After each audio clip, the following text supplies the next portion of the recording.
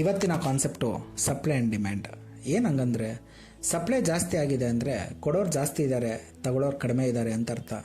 Demand ಜಾಸ್ತಿ ಆಗಿದೆ ಅಂದರೆ ತಗೊಳ್ಳೋರು ಜಾಸ್ತಿ ಇದ್ದಾರೆ ಆದರೆ ಕೊಡೋರು ಕಡಿಮೆ ಇದ್ದಾರೆ ಅಂತ ಅರ್ಥ. ಇದನ್ನೇ ನಾವು if supply increases price decreases, if demand increases price increases ಅಂತ ಹೇಳೋದು. ಇದನ್ನು ಒಂದು ಉದಾಹರಣೆ ಮುಖಾಂತರ ಅರ್ಥ ಮಾಡ್ಕೊಳ್ಳೋಣ. ಒಂದು ಬಸ್ ಇದೆ, ಆ ಬಸ್ಸಲ್ಲಿ 50 ಸೀಟ್ಸ್ ಇದೆ. ಆ ಬಸ್ ಪ್ರತಿದಿನ ಒಂದೂರಿಂದ ಇನ್ನೊಂದೂರಿಗೆ ಪ್ರಯಾಣ ಮಾಡ್ತಿದೆ.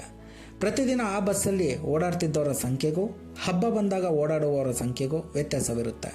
ಅಂದರೆ ಹಬ್ಬ ಬಂದಾಗ ಒಂದೂರಿಂದ ಇನ್ನೊಂದೂರಿಗೆ ಪ್ರಯಾಣ ಮಾಡೋರು ಹೆಚ್ಚಾಗ್ತಾರೆ, ಆಗ ಆ ಬಸ್ಗೆ ಡಿಮ್ಯಾಂಡ್ ಹೆಚ್ಚಾಗುತ್ತೆ. ಡಿಮ್ಯಾಂಡ್ ಹೆಚ್ಚಾದಾಗ ಟಿಕೆಟ್ ಪ್ರೈಸ್ ಕೂಡ ಜಾಸ್ತಿ ಆಗುತ್ತೆ. ಯಾಕಾಗುತ್ತೆ ಅಂದರೆ ಸೀಟ್ಸ್ ಇರೋದು 50, ಆದರೆ ಆ ಬಸ್ಸಲ್ಲಿ ಪ್ರಯಾಣ ಮಾಡಬೇಕು ಅಂತಿರೋರು 100. ಇಲ್ಲಿ ಸೀಟ್ಸ್ಗಿಂತ ಓಡಾಡೋರ ಸಂಖ್ಯೆ ಜಾಸ್ತಿ ಇದೆ, ಅಂದರೆ ಡಿಮ್ಯಾಂಡ್ ಜಾಸ್ತಿ ಇದೆ. ಯಾವಾಗ ಡಿಮ್ಯಾಂಡ್ ಹೆಚ್ಚಾಗುತ್ತೋ ಟಿಕೆಟ್ ದರ ಕೂಡ ಹೆಚ್ಚಾಗುತ್ತೆ. ಹಾಗೆ ಹಬ್ಬ ಮುಗಿದ ಮೇಲೆ ಟಿಕೆಟ್ ಪ್ರೈಸ್ ಮತ್ತೆ ಎಷ್ಟಿರುತ್ತೋ ಅಷ್ಟೇ ಆಗುತ್ತೆ, ಯಾಕಂದರೆ ಓಡಾಡೋರು ಕಡಿಮೆ ಆಗ್ತಾರೆ. ಸೀಟ್ಸ್ ಇರೋದು 50, ಆದರೆ ಓಡಾಡ್ತಿರೋರು 40. ಇಲ್ಲಿ ಸಪ್ಲೈ ಹೆಚ್ಚಾಯಿತು, ಹಾಗಾಗಿ ಪ್ರೈಸ್ ಕಡಿಮೆ ಆಯಿತು. ಇದನ್ನೇ ನಾವು ಸಪ್ಲೈ ಆ್ಯಂಡ್ ಡಿಮ್ಯಾಂಡ್ ಅಂತ ಹೇಳೋದು.